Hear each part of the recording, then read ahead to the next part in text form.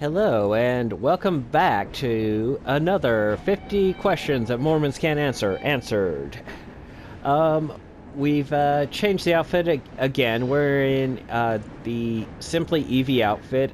We went with the gold color. Um, some of Eevee's outfits can change colors and some can't. This is a gold color. It's kind of dark outside though, so hard to tell, really that it's gold. At least, from now that I'm looking at it, but maybe from your point of view it's easy to tell. Anyway, let's get on to the view we will be looking at. This is the one we had last time, and yep, we'll do this one, just kind of over the top of the train. As we move about, I like the dark and the gray for Victorian London. It's just kind of my favorite look. Dark and gray. I live in a rainforest, so just love it. Anyway, question number 12. Why were the words white and delightsome in 2 Nephi 30, chapter 30, verse 6, changed to pure and delightsome right on the heels of civil rights campaign for civil rights movement, I should say.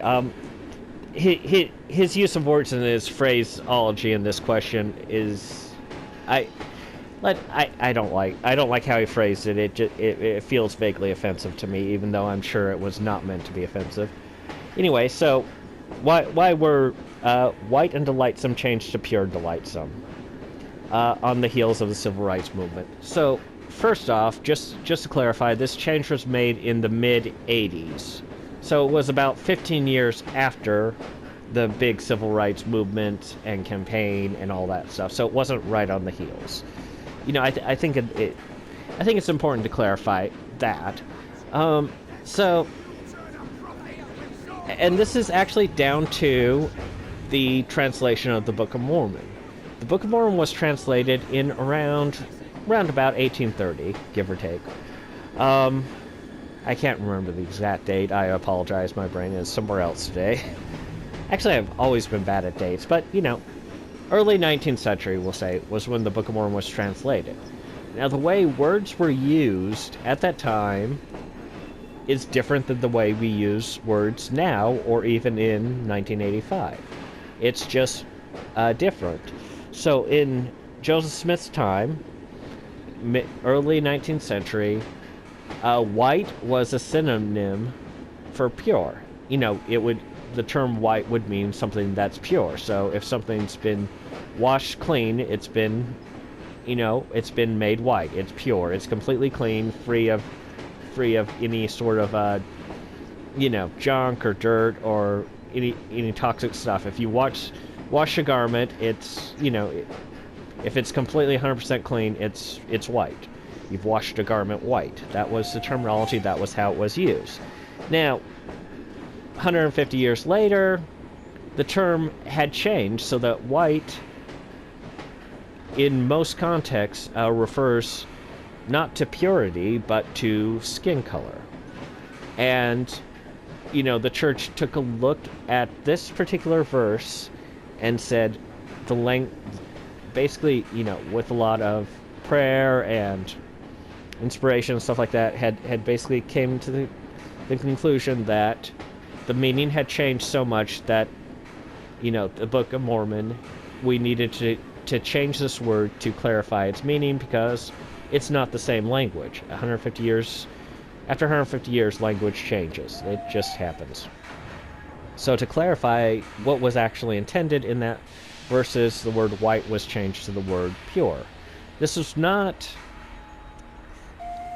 a change. This is not done. What am I trying to say here? Sometimes it makes perfect sense in my head, and I have a hard time coming out with it. Changes in translation, changes to Scripture and the Bible are not, things that are just done on a whim in the church. It deals with a lot of prayer, a lot of study, a lot of research, a lot of time, a lot of effort just to change one word is put into it, and I think a lot of time and effort were put into it at this change, and the conclusion and it was only changed when they thought that there would be a great deal of misunderstanding or a great deal of, yeah, they just thought a lot of people would just completely misunderstand the context of what was said, you know, thanks to the changes in the language, and so they made this change. It was the only change to the actual wording of the Book of Mormon pretty much since the Book of Mormon's inception in the mid-19th century. Now, in a couple questions early on, we will discuss all the changes that were made to the Book of Mormon. Let's see, it'll be several questions further on. Ah, yes, question 16, we are on question 12 now. So I'll go into further detail about the changes that were made to the Book of Mormon, but needless to say, this was the only real major word change, you know, since Joseph Smith's time. And I'll get into details about the changes that happened during Joseph Smith's time and really why they're not as significant as this writer makes them out to be, or the person who's asking the question, you know, implies or makes them out to be. Anyway, that's pretty much that's the question for today. Let me know what you think. Let me know what you think about how language changes over time. Let me know what you think of the gold. Actually, I'm going to flip back to Evie now. We'll just go through the other ones and get to Evie here. See if you can... Yeah, you can't really see the gold very well. Maybe it's the angle, but... Anyway, let me know what you think about this outfit. This is her original outfit, and I think it's a pretty darn good one.